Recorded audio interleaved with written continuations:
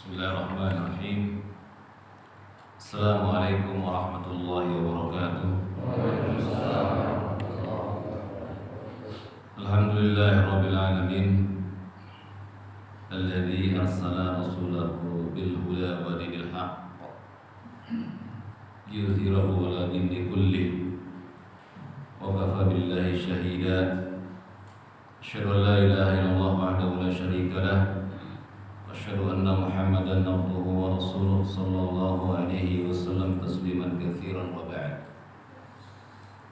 Saudara-saudaraku kaum muslimin, jamaah salat subuh Masjid Ar-Rayyan, semoga Allah Azza wa Jalla menerima amal salat subuh berjamaah kita, menerima amal salat subuh sebelum hari ini dan amal-amal yang lain. Semoga Allah Azza wa Jalla jadikan amal kita setelah amal hari ini amal yang diterima olehnya. Kita wajib meminta kepadanya agar amal-amal kita menjadi amal yang diterima. Kenapa demikian? Nabi yang mulia sallallahu alaihi wasallam contoh teladan bagi kita yang sangat mencintai umat beliau. Setiap subuh setelah beliau melaksanakan sholat subuh, maka beliau berdoa kepada Allah Azza wa Jalla. Allahumma inni as'aluka ilman nafi'an wa rizqan thayyiban wa amalan mutaqabbalan. Wahai Allah, aku mohon kepadamu ilmu yang bermanfaat, rizki yang baik, dan amal yang diterima. Tidak ada seorang pun dari umat ini yang mengatakan bahwa Nabi amalnya ditolak oleh Allah. Wajib kita beriman bahwa semua amal-amal beliau diterima oleh Allah Subhanahu wa taala.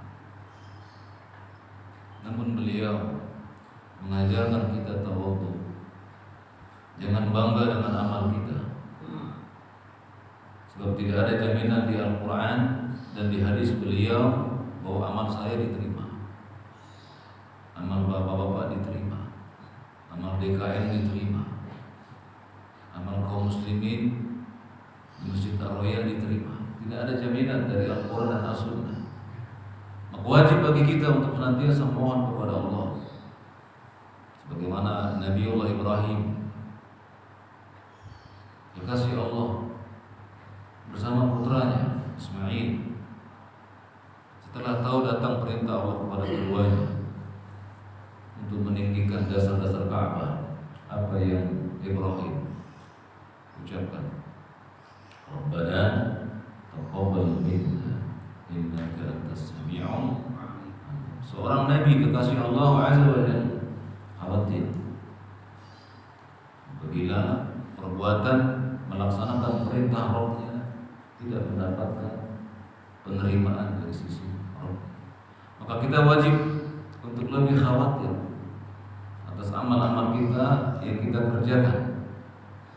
Terlebih kita akan memasuki satu bulan yang sangat dimuliakan oleh seluruh penduduk langit dan penduduk bumi.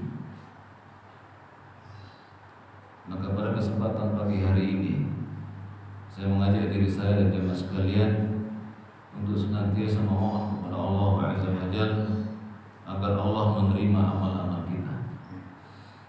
Sebab tanda amal diterima, kata para ulama, amal itu dikerjakan kembali. Merasa senang dengan amalan tersebut dan sedih apabila lalai darinya, luput darinya. Maka ini sebagian tanda diterimanya amal. Apa maksud kalimat Ya Allah, jadikanlah Ramadan kami Ramadan yang bermakna? Apa maksud kalimat bermakna? Yakni memiliki manfaat di hati, di jiwa, sehingga hati, jiwa tunduk kepada Allah dan kepada kebenaran.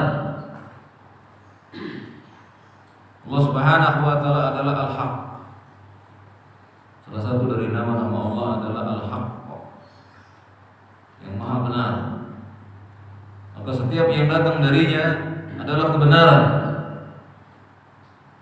tidak sempurna, bukan tidak sah iman seseorang yang masih meragukan kebenaran yang datang dari Allah Tabaraka wa Ta'ala.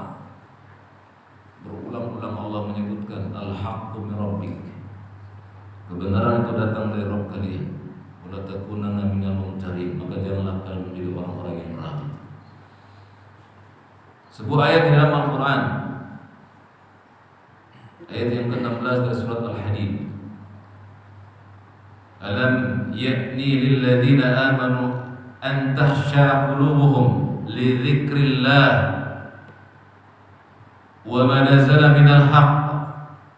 Belumkah datang waktunya bagi orang-orang yang beriman untuk tunduk hati mereka mengingat Allah dan kepada kebenaran yang datang kepada mereka. Wala yakunu kalladzina utul kitab min qabl, dan janganlah kalian seperti orang-orang yang sebelum kalian yang telah diturunkan kepada mereka Alkitab. Fatala alaihimul amad faqasat qulubuhum, kemudian berlalulah waktu yang panjang, maka mengeraslah hati-hati mereka. Wa katsirun minhum fasiq, dan kebanyakan di antara mereka yang hatinya keras adalah orang-orang yang fasik. Saudara-saudaraku yang saya muliakan, ayat ini ditafsirkan langsung oleh seorang ulama Islam dari kalangan sahabat, yang ia menjadi seorang ulama tafsir karena doa Nabi SAW. Dia adalah sepupu Nabi SAW, Abdullah bin Abbas radhiyallahu anhu. Ketika menafsirkan ayat ini, beliau meneteskan air mata beliau seraya berkata, sesungguhnya Allah menegur orang-orang yang beriman yang hati mereka terlambat tunduk memenuhi panggilan Allah, yang hati mereka terlambat untuk membenarkan, mengamalkan Al-Quran setelah Al-Quran 13 tahun bersama mereka. Dan Allah melarang orang-orang yang beriman menjauhi Allah dan menjauhi Al-Quran, sehingga mengambil nasihat, pendapat, saran dari selainnya, yang menyebabkan mengerasnya hati-hati hamba. Kata siapa ini Pak? Bukan kata saya. Kata Abdullah bin Abbas radhiyallahu anhuma, ahli tafsir dari kalangan sahabat Nabi radhiyallahu anhum ajma'in. Jadi ayat ke-16 surat Al-Hadid, teguran kepada orang-orang yang beriman yang bersama mereka dalam waktu yang panjang ada kebaikan. Apa kebaikan tersebut? Al-Quran, Al-Islam, Al-Iman. Apa kaitan ayat ini dengan Allah?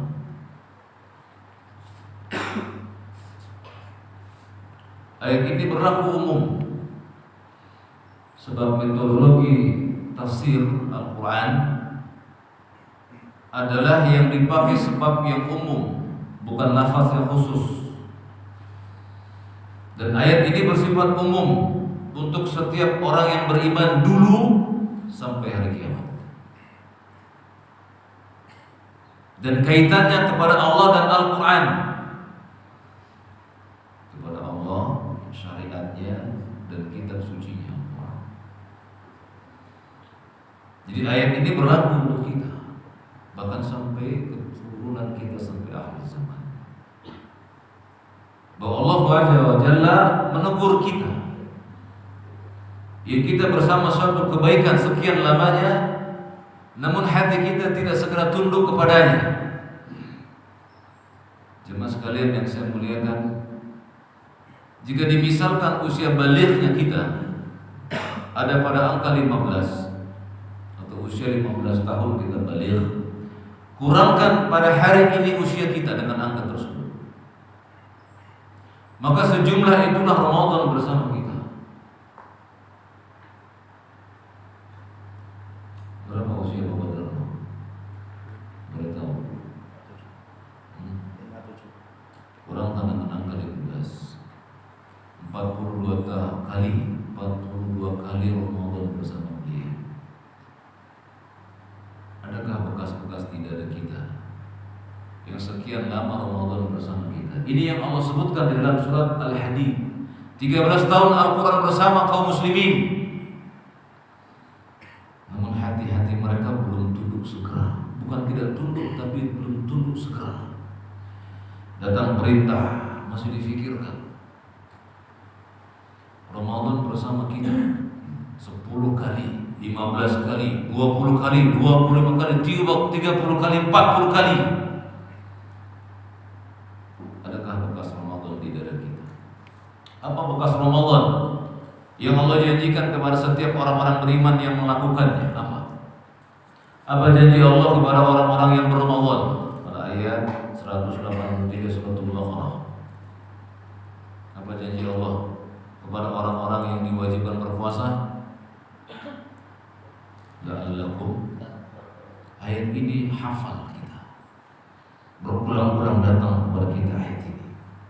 Bahkan anak-anak kita yang kecil hafal ayat ini. La'allakum tattaqun, agar kalian menjadi orang yang takut. Apa definisi secara bahasa takwa? Takut. Ya, jadi Allah melatih kita setiap tahun agar takut kepadanya. Dan apabila orang takut kepada Allah Azza wa Jalla yang tidak nampak, Allah berikan baginya dua keadaan yang sangat bagus. Di dalam surat Al-Mulk, innal ladzina yakhshawna rabbahum bil ghaib lahum maghfirah wa ajrun kabir. Dan orang-orang yang hatinya takut kepada Rabb yang tidak nampak, baginya maghfirah. Apa maghfirah? Ampunan. Apa maksud ampunan? Kalau kita diampunkan oleh Allah, dosa kita dihapus. Namanya maghfirah, dihapus. Ya. Jadi kalau dihapus ada tidak bekasnya? Enggak ada.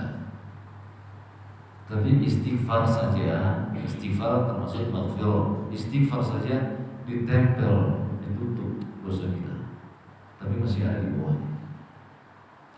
Tapi kalau maghfirah tadi bersifat dahsyat. Jadi orang yang takut kepada Rabb-nya yang tidak nampak, ditutup, dihapus dosanya. Wa ajrun kabir, Allah gandeng dengan ajrun kabir, dan balasannya besar. Di mana? Di akhirat. Dan di akhirat tempat yang tidak ada boleh dosa di hati, di mana? Di surga. Tidak ada dosa dalam hati hamba di surga. Sebelum masuk ke dalam surga ada satu tempat namanya qantara atau qintar. Tempat itulah qisas kezaliman, sampai dada seorang muslim tidak ada dosa.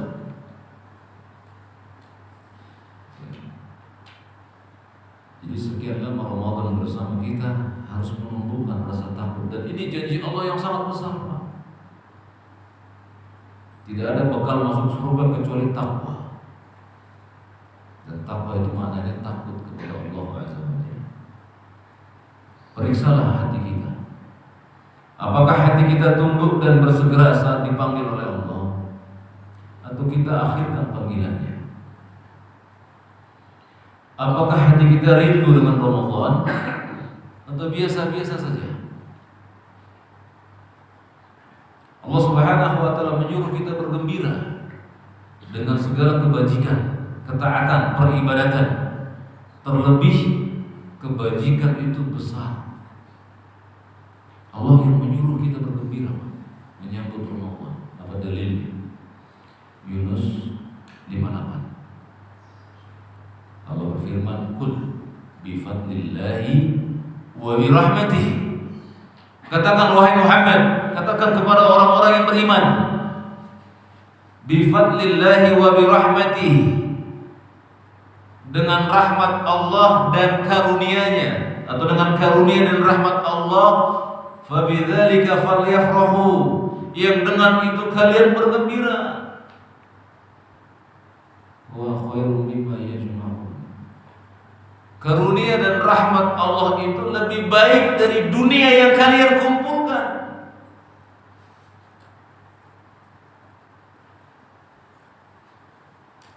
Sekian lama Ramadan bersama kita, yang kita cari dunia.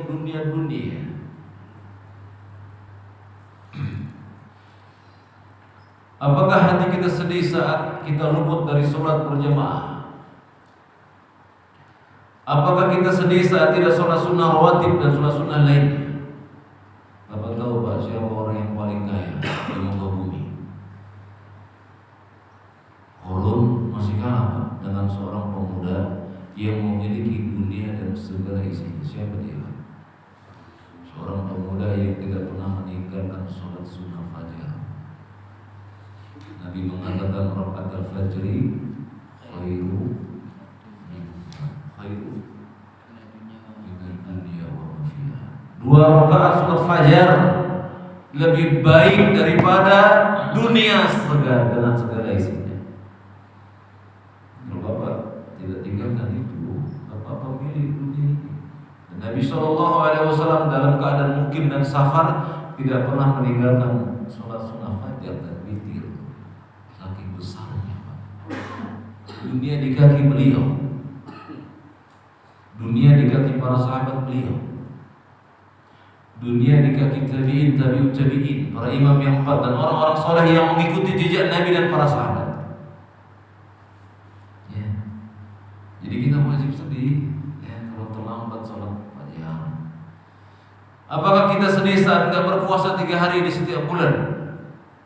Yang kita kenal dengan puasa apa? 3 hari berturut-turut, 13, 14, 15 Hijriah, Ayyamul Bid, atau puasa di awal, di tengah, dan di akhir setiap bulan 3 hari. Apakah kita sedih meninggalkannya atau tidak? Apakah kita sedih apabila kita tidak membaca Al-Quran di setiap hari? Kan Ramadan syahrul Quran, bertahun-tahun Quran bersama kita di setiap Ramadan. Apakah kita sedih saat tidak menuntut ilmu? Kata para ulama, kebutuhan akan ilmu itu melebihi kebutuhan makan dan minum. Bahkan bapak minum saja masih pakai ilmu, masuk kamar mandi masih pakai ilmu, keluar kamar mandi masih pakai ilmu, makan pakai ilmu, tidur pakai ilmu, menuntut ilmu pakai ilmu, nyenderan pakai ilmu Pak. Ada larangan dari Nabi SAW bersender dengan kaki dan dengan tangan kiri, nggak boleh dengan ilmu. Alhamdulillah, mengumpulkan kita di rumahnya ini untuk menuntut ilmu. Sedihkah kita apabila kita melihat tetangga kita kesulitan?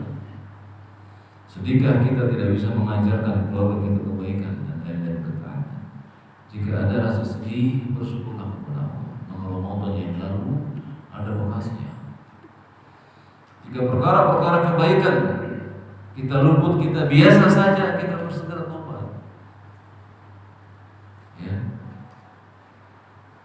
Ya Allah, jadikan Ramadan kami Ramadan yang bermakna. Apa sebab terbesarnya hati mengeras sehingga Ramadan tidak membekas di dada-dada kaum muslimin? Saya tidak mengatakan di sini tidak ada bekasnya. Maka kita berharap Allah membekasi Ramadan kita, entah tahun yang berapa. Ya. Namun apa sebab terbesar kerasnya hati sampai Ramadan yang berulang-ulang tidak menjadi teguran bagi kita? Bahkan Allah menegur dengan surat Al-Hadid kepada kita. Penyebab terbesar, tidak ada makanan bagi hati, tidak ada minuman bagi hati. Sebagaimana tubuh kita membutuhkan makanan dan minuman, maka hati membutuhkan makanan dan minuman. Dan makanan dan minuman yang lezat bagi hati serta bermanfaat adalah al-ilm. Apa Pak? Ilmu. Allah Subhanahu wa ta'ala melarang kita melakukan apa saja tanpa ilmu. Catat suratnya Al-Isra ayat 36. Wala taqfu ma laysa laka bihi ilm. Inna as-sam'a wal basara wal fu'ada kullu ulaika kana anhu mas'ula. Kata Allah Subhanahu wa ta'ala, Jangan kalian mengikuti apa-apa yang kalian tidak memiliki ilmunya. Sesungguhnya pendengaran, penglihatan, dada kalian akan dimintai pertanggungan jawab. Jadi ikut-ikutan Ramadan tanpa ilmu akan ditanya. Dan ini penyebab Ramadan datang masuk keluar tanpa berdiam diri di dada kaum muslimin. Dengan ilmulah Ramadan bersemayam. Nanti kita lihat. Kemudian Allah berfirman dalam surat Al-Jathiyah ayat yang ke-18 tentang ilmu. "Tsumma ja'alnaka 'ala syari'atin min al-amr fattabi'ha wa la tattabi' ahwa'a alladziina la ya'lamun." Kemudian kami jadikan kalian semuanya berada di atas syariat ilmu Allah Azza wa Jalla. Fattabi'ha, ikuti dia. Wa la tattabi' ahwa'a alladziina la ya'lamun, dan jangan kalian ikuti hawa nafsu dari orang-orang yang tidak mengetahui. Sumber dari segala kebodohan, sumber dari segala kejahatan dua, hawa nafsu dan syaitan. Kenapa Pak ada zaman jahiliyah? Apakah Abu Lahab bodoh secara berpikir? Tidak. Abu Jahal bodoh, mereka orang-orang ternama. Apakah Fir'aun, Qarun, Haman bodoh? Mereka insinyur, bisa membuat tangga menuju langit untuk melihat Tuhannya Musa. Siapa itu? Haman. Kita tahu bahwa Candi Borobudur dibangun dengan teknologi tinggi pada zamannya. Jadi Allah Subhanahu wa Ta'ala menciptakan orang-orang pintar di setiap zaman dengan keadaan zamannya. Sekarang zaman ini pintar, dulu nggak ada zaman ini, tapi dulu bisa sampai berita dari suatu kota ke kota yang lain. Dulu bisa membangun gedung-gedung dari bukit yang dipahat. Ya. Jadi Allah Subhanahu wa Ta'ala menyuruh kita untuk menjauhi hawa nafsu dan syaitan. Makanya di bulan Ramadan ada tidak Pak orang Islam yang tidak berpuasa? Ada? Ada. Syaitan nggak usah ganggu. Kenapa? Hawa nafsunya sudah mengajak untuk berbuka puasa. Gak perlu diganggu oleh syaitan. Kenapa? Biasa tabiatnya sudah mengikuti hawa nafsu. Nabi sallallahu alaihi wasallam bersabda dalam riwayat Muslim, "Man 'amila 'amalan laisa 'alaihi amruna fa huwa rad." Barang siapa yang mengerjakan amal yang tidak ada ilmunya dari aku, huwa rad. Ramadan dari pagi habis sahur tidur sampai maghrib. Diterima dari tolak Pak puasanya? Diterima oleh anak kecil ya. Oleh Allah mardud. Ninggalin sholat fardunya, nggak berdakwah, nggak amar ma'ruf nahi munkar, nggak seperti orang-orang yang kesusahan menahan lapar dan haus. Mardud. Umar bin Abdul Aziz berkata, siapa Umar bin Abdul Aziz? Khalifah yang kelima ya. Beliau mengatakan, "Man abadallah bi ghairi ilm, kana ma yusidu aktsar mimma yuslih." Barang siapa yang beribadah kepada Allah tanpa ilmu, maka dia lebih banyak membuat kerusakan daripada perbaikan. Maksudnya kerusakan apa? Kerusakan pahala. Rusak pahalanya. Ya, enggak sampai kepada Allah Subhanahu wa Ta'ala. Maka sambutlah Ramadan dengan ilmu. Isi Ramadan dengan ilmu dan berpisahlah dengan Ramadan dengan ilmu. Apa ilmu yang wajib kita ketahui agar Ramadan kita bermakna? Pertama, rindu bertemu dengan Ramadan. Ini ilmu yang pertama. Yang kedua, ilmu tentang syarat diterimanya amal. Al-Kahfi ayat 110. Faman kana yarju liqa rabbih falyamal amalan shalihan wa la yusyrik bi ibadati rabbih ahada. Dua syarat diterimanya amal Ramadan dan selain Ramadan.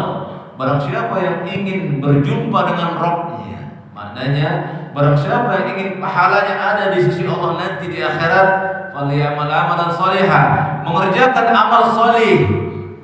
Apa amal soleh? Ditafsirkan oleh Ibnu Katsir, maka muwafaqan li syari'illah. Apa saja yang sesuai dengan syariat Allah, amal soleh. Berarti yang tidak sesuai bukan amal soleh, walaupun dari Sabang sampai Merauke melakukannya. Paham tak? Jadi amal soleh yang sesuai dengan syariat. Makanya Allah mengatakan, "Tsumma ja'alnaka 'ala syari'atin minal amr fattabi'ha." Kami jadikan kamu berada di atas syariat agama, ikuti syariat agama. Wala tattabi' ahwa alladziina la ya'lamun, dan jangan kalian ikuti hawa nafsu orang-orang yang tidak mengetahui. Ya. Yang kedua, ikhlas karena Allah. Ini yang menyebabkan sebagian pelaku Ramadan enggak takut setelah keluar Ramadan. Dua makhluk Allah, Pak, kalau berdoa kepada Allah pasti dikabulkan. Satu dari kalangan malaikat, siapa dia? Jibril. Dua dari kalangan manusia, siapa dia? Nabi SAW. Berkata Jibril kepada beliau, "Rogima anfu rajulin," celaka, binasa, merugi orang-orang yang memasuki bulan Ramadan, keluar darinya, wala yaghfir lahu, Allah berikan dia ampunan. Kul amin. Maka Nabi mengatakan amin. Jadi Jibril dan Nabi sama-sama meminta kepada Allah agar dicelakakan orang yang masuk Ramadan, keluar darinya enggak diberikan ampunan oleh Allah. Kenapa? Di antara penyebab utama dia tidak mengikuti man shoma Ramadan imanan wahtisaban.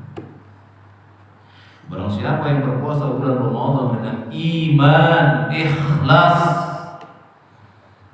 wa ihtisab, dan mengharap hanya dari Allah saja pahalanya, bukan dari manusia. Bukan karena bapak malu gak berpuasa dengan tetangga, bukan karena malu dengan istri, anak-anak berpuasa kita gak berpuasa, kita puasa sajalah, bukan karena ritual semata. Ini yang menyebabkan Ramadan gak menempel di dada kita, pergi begitu saja. Kita gak butuh dengan dia. Maka sekarang kita ubah, kita butuh dengan dia. Yang ketiga, ilmu tentang Ramadan, mengisi Sya'ban dengan ibadah, bukan dengan menyiapkan makanan dan minuman untuk menyambut Ramadan. Ada sebuah kisah yang menjadikan hati kita.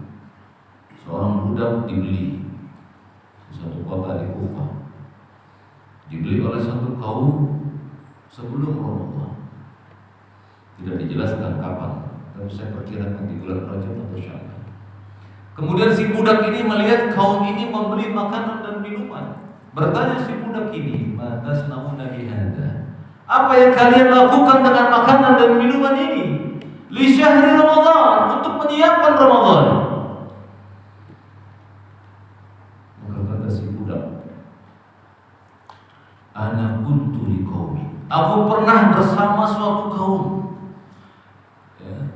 Dahruhum kulluhu syahru Ramadan, yang setiap hari-harinya sudah menjadi Ramadan, padahal belum Ramadan.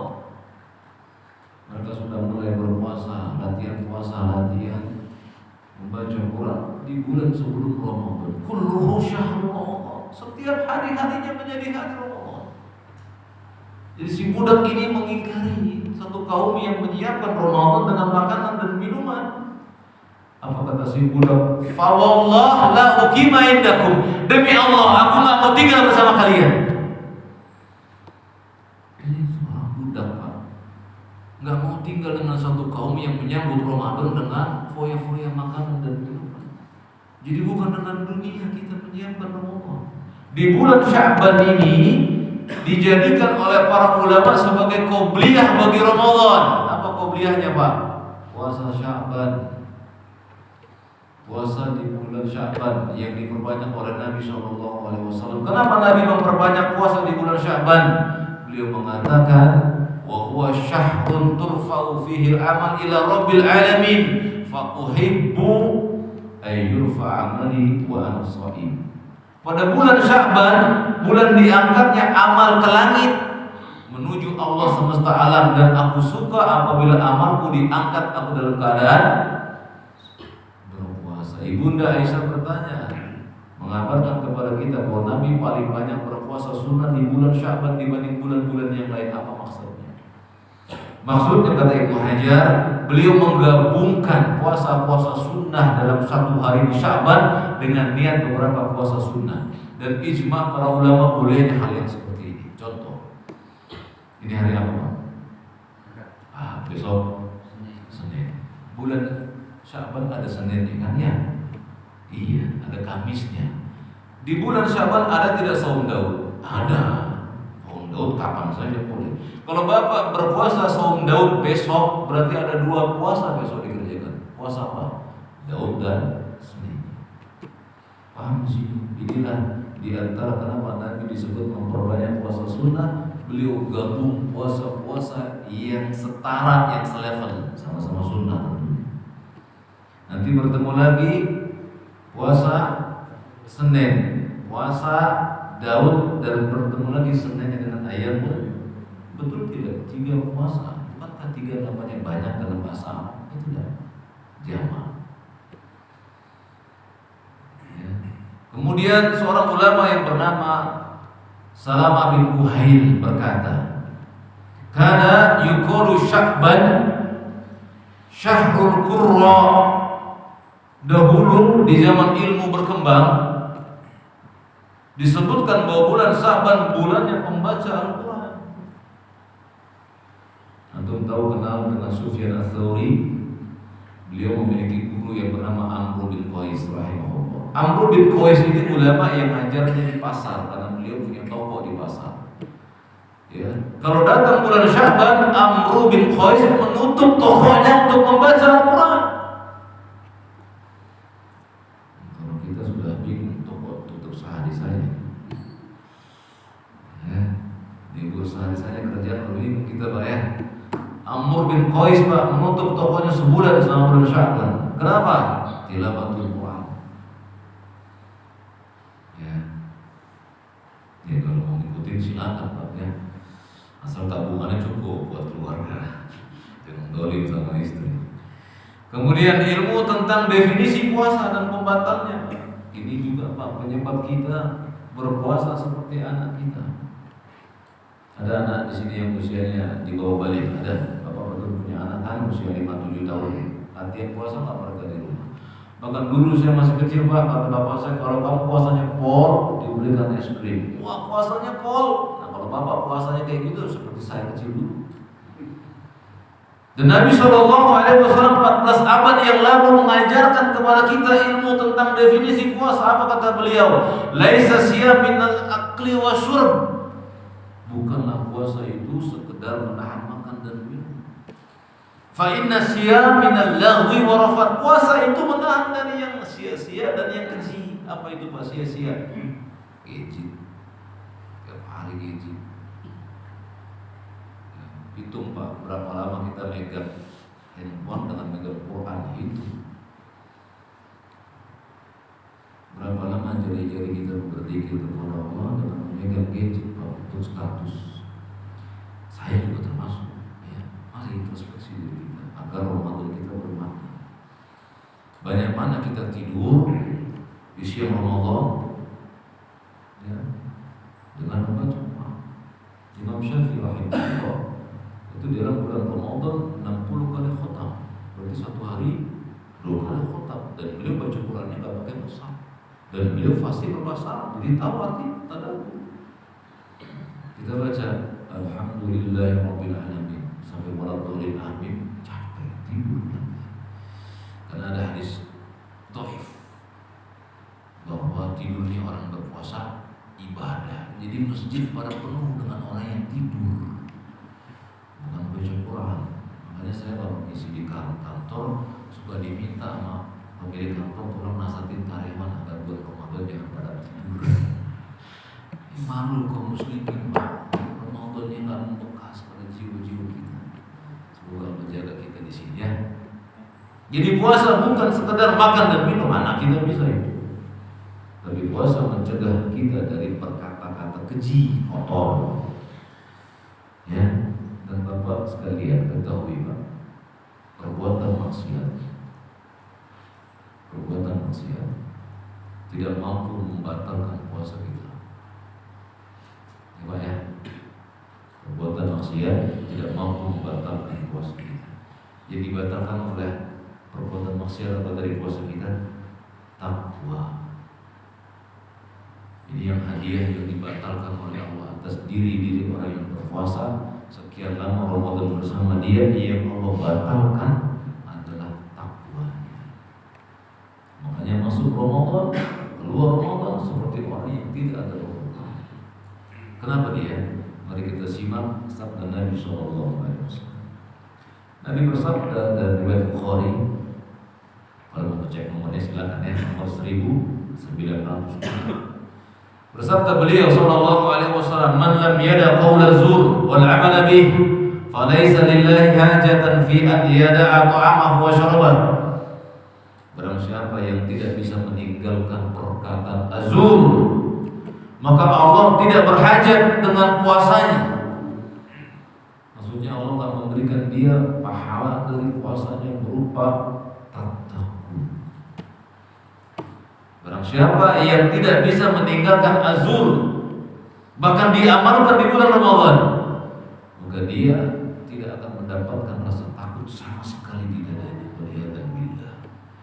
Dijelaskan oleh para ulama, Ibnu Asir mengatakan bahwa qaul azur maknanya adalah kadzib. Apa kadzib? Bohong, tuhmah, menuduh tanpa bukti, wal batil, dan segala bentuk kebatilan. 3 perkara yang apabila saya dan Bapak kerjakan di bulan Ramadan gak mampu membatalkan puasanya kita tetap sah puasanya. Yang dibatalkan oleh Allah rasa takutnya kita. Waliyadzubillah. Makanya banyak orang muslim yang berpuasa masih suka mengambil harta orang lain, masih gak takut dengan korupsi. Kenapa? Puasanya gak dijadikan oleh Allah sebagai sarana mendapatkan rasa takut kepadanya. Padahal puasa. Kalau bapak di rumah sendirian, ibu berangkat ke pasar, nggak ada anak di rumah, bapak bisa minum tidak? Bisa. Kenapa kita nggak berbuka puasa pada di siang hari Ramadan, Pak? Ada yang melihat kita, betul tidak? Ini yang Allah ingin kita punya ini setelah Ramadan. Ada yang melihat kita setiap saat. Ini yang Allah hilangkan bagi pelaku Ramadan karena mereka tidak mengilmui Ramadan. Bahkan orang-orang musyrikin apabila mereka ingin masuk ke dalam Islam, maka mereka mesti fa'lam annahu la ilaha illallah. Berilmulah terlebih dahulu sebelum kalian mengenal Allah, bahwasanya tidak ada zat yang diibadahi dengan benar kecuali Dia. Al-Imam Al-Bukhari menempatkan ilmu dalam kitabnya bab ilmu qabla qaul wal amal. Ilmu didahulukan dari perkataan dan perbuatan. Makanya hukum asalnya ibadah haram sampai datang ilmu yang mencontohkan. Adapun hukum asal dunia ini boleh selama tidak melanggar ini. Ya. Jadi azur adalah dusta. Jadi orang berpuasa di Ramadan, Pak, kalau bapak berdusta di bulan Ramadan, batal nggak puasanya? Enggak. Ditanya sama istri, Pak dapat THR? Enggak. Padahal di kantongnya lagi tebel banget. Dapat? Enggak batal puasanya, Pak. Dan nggak mesti qadha, nggak usah qadha. Tapi yang batal apanya? Rasa takut kepada Allah. Dustanya akan bapak bawa sampai datang ajal. Makanya Pak, di dalam ilmu hadis, apabila ada seorang perawi yang memberi makan burung tanpa ada makanan di tangannya, oleh para perawi yang lain didustai dan diterima hadis. Suka nggak kalau makin kita cari burung, ya kan? Atau manggil ayam, ada nggak di tangan kita makanan? Dahulu ada perawi yang memanggil burung dengan seperti tangan ini, maka dilihat oleh perawi yang lain hadisnya didustai. Kenapa? Dia berdusta dengan hewan. Jadi ilmu syariat ini tinggi, Pak. Makanya nggak boleh berdusta atas nama Nabi SAW, nggak boleh. Diancam oleh beliau berdusta atas Nabi itu dengan ancaman tempat tinggalnya dari tempat duduknya dari api neraka. Maka jangan suka share hadis palsu, nggak boleh. Ya. Jadi dusta itu nggak boleh, Pak. Mampu membantalkan takwa kita kepada Allah. Kemudian apa? Menuduh. Kamu nggak puasa ya? Nah, nggak boleh, Pak. Menuduh orang begitu nggak boleh. Dan segala bentuk kebatilan. Apa itu, Pak? Nyolong waktu di kantor. Nyolong, nggak boleh nyolong waktu. Pak, saya izin Pak baca Quran. Masya Allah, silakan bobo di musola. Ya kan? Di sini kan. Kemudian sebuah hadis dari Nabi SAW yang dikeluarkan oleh para imam Ahlus Sunnah, ya, bersabda beliau SAW, hadis yang panjang, saya baca terjemahannya saja. Sungguh aku, kata Nabi, mengetahui nanti di akhirat ada kaum dari umatku yang datang membawa kebajikan, pahala kebaikan, pahala sholat, puasa, zakat sebesar gunung Tihamah Baydun yang putih, sebesar gunung papahan. Kemudian kata beliau sallallahu alaihi wasallam, wa ja'ala Allahu haba'an mansura. Lalu Allah jadikan semua pahala itu seperti debu yang berterbangan. Maka seorang sahabat bertanya kepada beliau, Thauban bertanya, ya Rasulullah, sifhum jalilna, sebutkan ciri-ciri agar kita tidak tertimpa seperti ditimpa kepada mereka itu.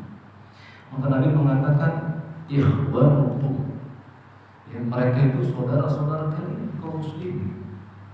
Wa min jildatukum, dan kulit-kulit kalian sama warnanya. Ya. Wa yakhuduna minal lail kama takhudun. Ya, mereka sholat malam juga seperti kalian sholat malam.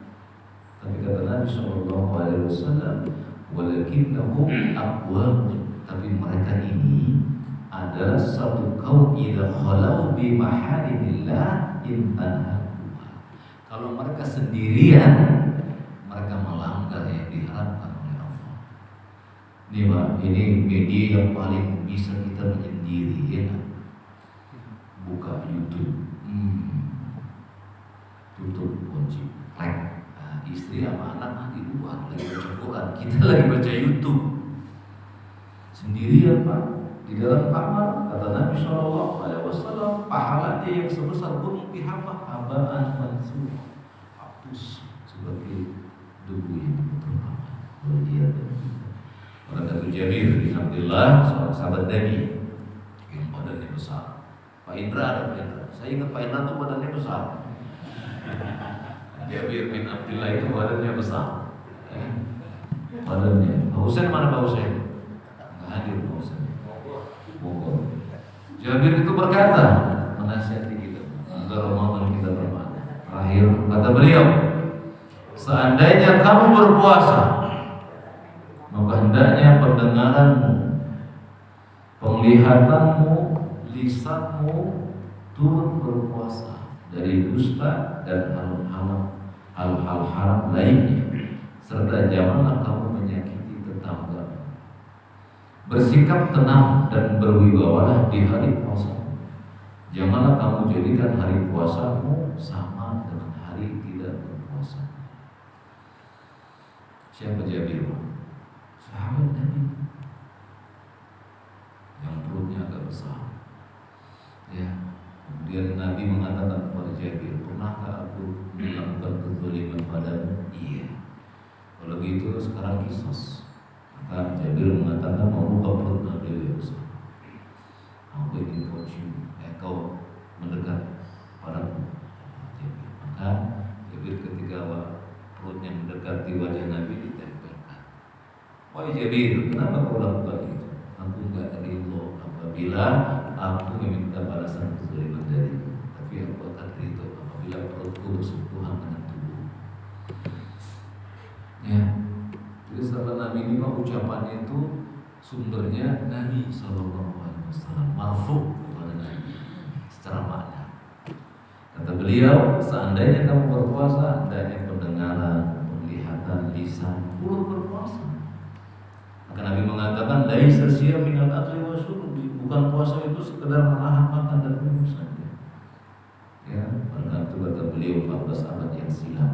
Rubba shaqin hazbu min siyamihi al-ju' wal atash. Betapa banyak dari umatku yang berpuasa yang dia dapatkan hanyalah lapar dan haus.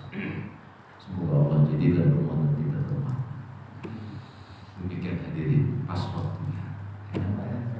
Walhamdulillahirabbil alamin. Aqulu qouli hadza wa astaghfirullah li wa lakum wa li sa'iril muslimina min kulli dhanbin fastaghfiruhu innahu huwal ghafurur rahim. Nah, Alhamdulillah.